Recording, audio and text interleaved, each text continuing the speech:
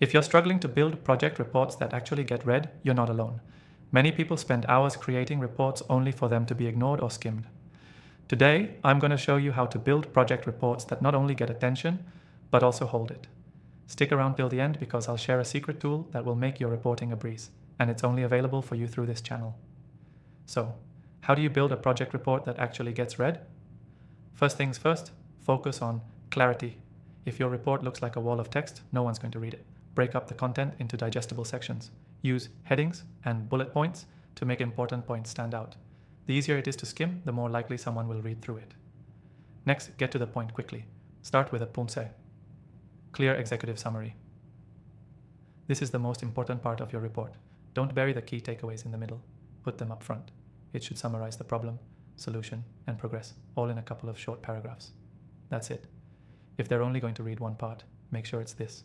Then make your data visually appealing. Don't just throw numbers at people. Visuals, like charts or graphs, are more engaging. Use them to highlight trends, show progress, or highlight problem areas, but don't go overboard. Make sure every visual serves a purpose and isn't just decoration. Another tip is to tell a story with your report. People are naturally drawn to stories, so instead of just presenting facts, walk your reader through the report. Show them where the project started, where it's at now, and where it's headed. That narrative makes it more engaging and easier to follow. When it comes to the length, brevity is key. Don't go on and on. If the report is too long, it'll lose your audience's attention. Stick to the essentials, and remember, your report should be a tool, not a novel. Make sure your sections are well organized and avoid unnecessary jargon. Lastly, always include a call to action at the end. Tell the reader what you need from them. Do you need approval, feedback, action on something? Be clear about what comes next, so your reader knows how to move forward. Now let's talk about how you can streamline this whole process.